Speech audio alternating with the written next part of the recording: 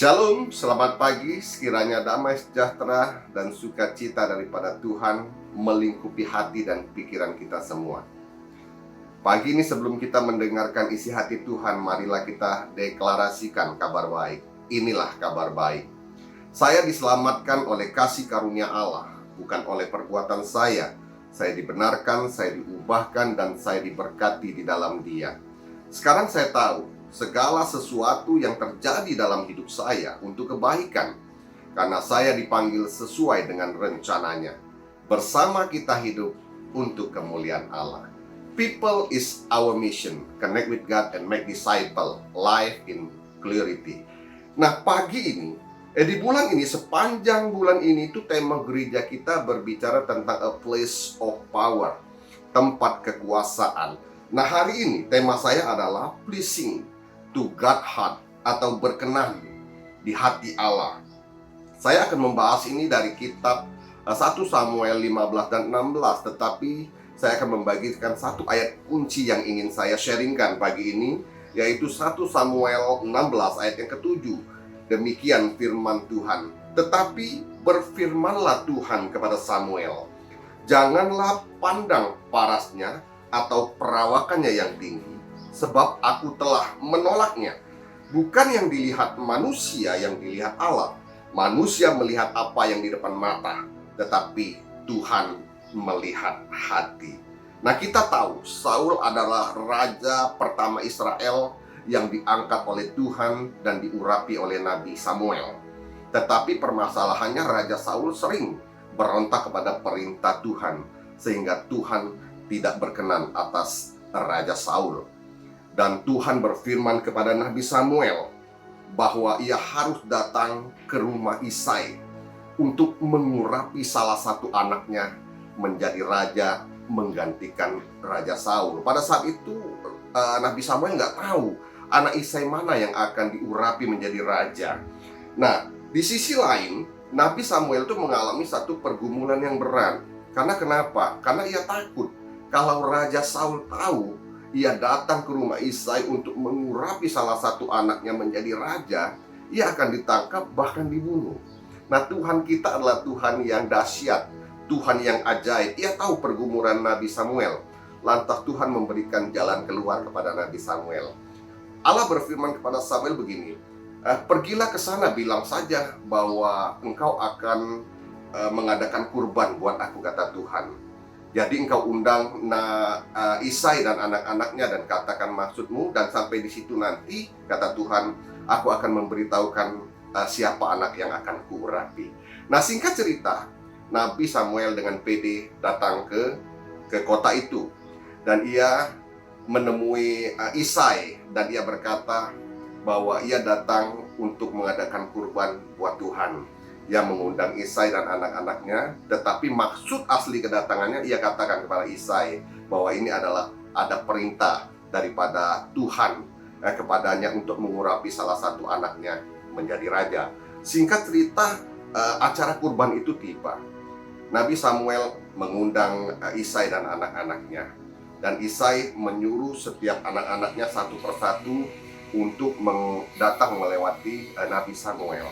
Nah, ketika anak pertama Nabi Samuel, yaitu Eliab, datang menghadap Samuel, Samuel berkata di dalam hati, wah, inilah orangnya tinggi, gagah, perkasa, pasti ini yang akan diurapi Tuhan menjadi raja pengganti Saul.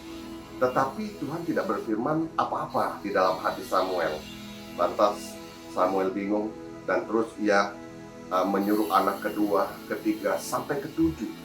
Tapi tidak ada suara juga dari Tuhan bahwa salah satu anak ini akan diurapi. Samuel bingung. Maka muncullah firman tadi yang saya katakan di dalam 1 Samuel pasal yang ke-16 ayat yang ke-7 tadi.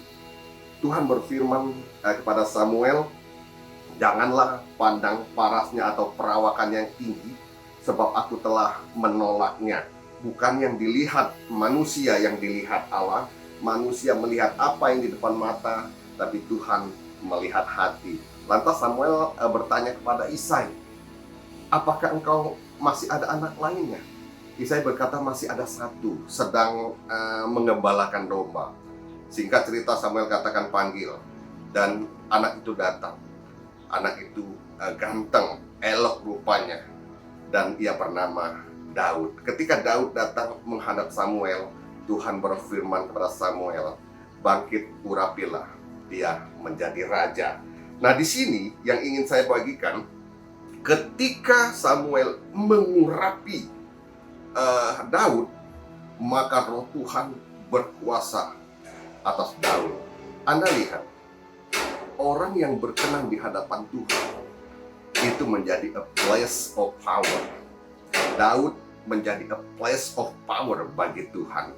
Nah, hari ini dari perikop ini ada dua hal yang ingin saya bagikan kepada kita semua.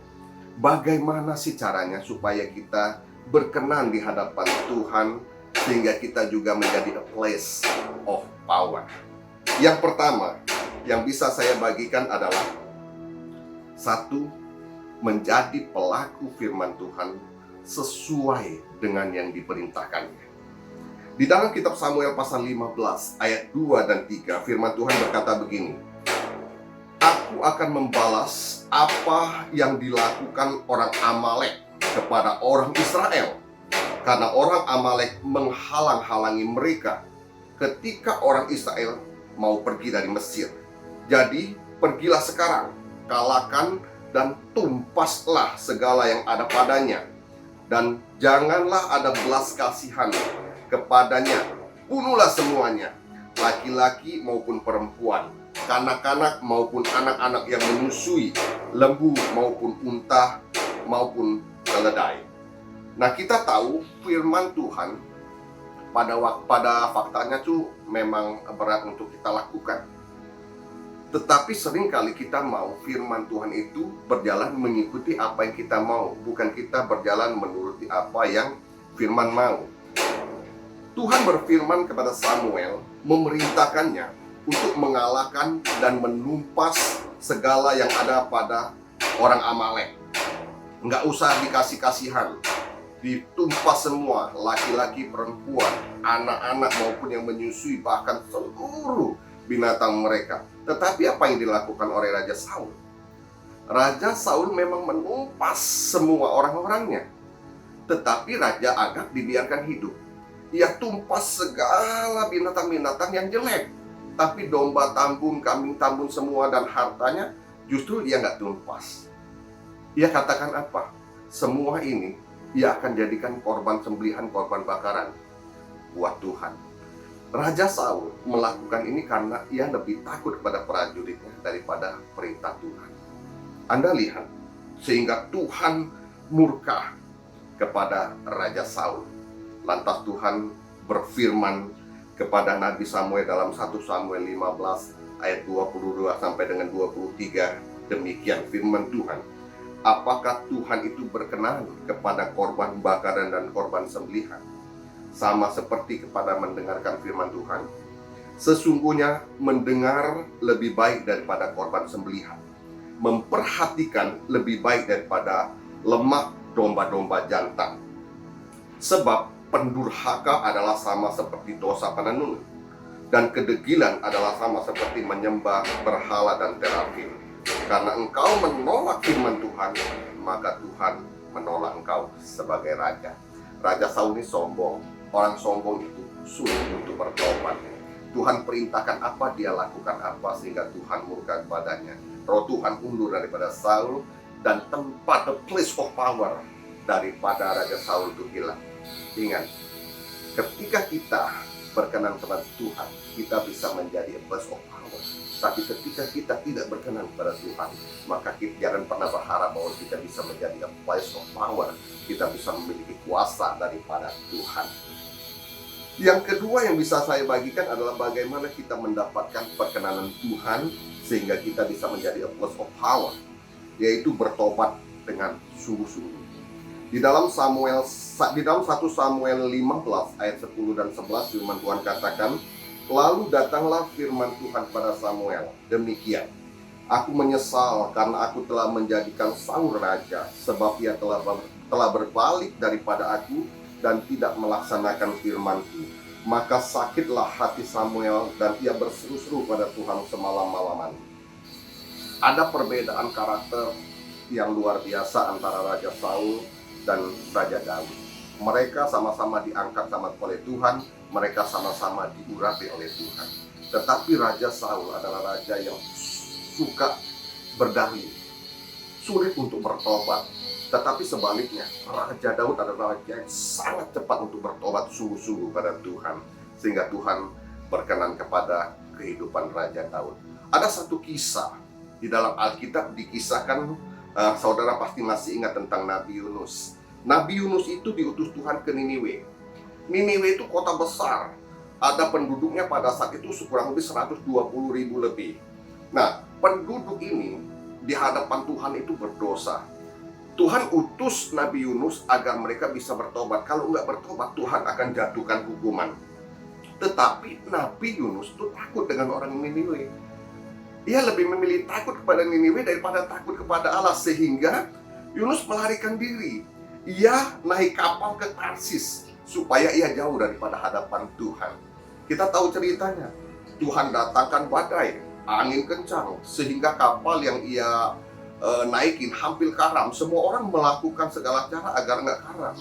Tetapi di tengah peristiwa itu, Yunus sadar bahwa ini salahnya. Dan ia berkata, badai ini datang karena kesalahan saya.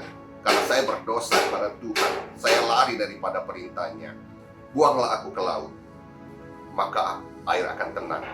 Dan mereka membuang Yunus ke laut. Saudara lihat, Tuhan melihat pertobatan yang sungguh-sungguh daripada Yunus. Tuhan berkenan kepada Yunus. Ketika ia lompat ke air, kita tahu ada sebuah ikan besar yang Tuhan utus, sehingga Yunus masuk ke mulut ikan. 3 hari 3 malam di sana. Tapi saudara lihat, ketika berkenan di hadapan Tuhan, di dalam lembah kekelaman seperti itu aja, di dalam mulut ikan aja, Tuhan masih bisa menjadikan Yunus a place of power. Jadi hari ini saya mau ingatkan, di tengah kita pandemi COVID-19, badai COVID itu masih berlangsung sampai saat ini. Ini bukan alasan buat kita untuk hidup di dalam dosa dan tidak mengalami pertobatan yang sungguh-sungguh. Kita harus percaya dan patuh dan sungguh-sungguh melakukan firman Tuhan, karena saya percaya ketika kita berkenan di hadapan Tuhan, kita menjadi a place of power. Kita tidak akan tergoncangkan di tengah badai apapun, seperti di tengah badai COVID-19. Tetaplah taat setia kepada firman Tuhan, bertobatlah sungguh-sungguh dalam hidupmu, karena memang kita manusia lemah. Tapi ingat, Roh Kudus diam di dalam kita sebagai penolong kita yang memampukan kita untuk taat kepada firman Tuhan, taat supaya kita hidup dalam pertobatan, sehingga kita berkenan di hadapan Tuhan, dan perkenanan Tuhan itu membuat setiap Anda dan saya menjadi a place of God. Demikian firman Tuhan, semoga bermanfaat. Tuhan Yesus memberkati. God bless you all.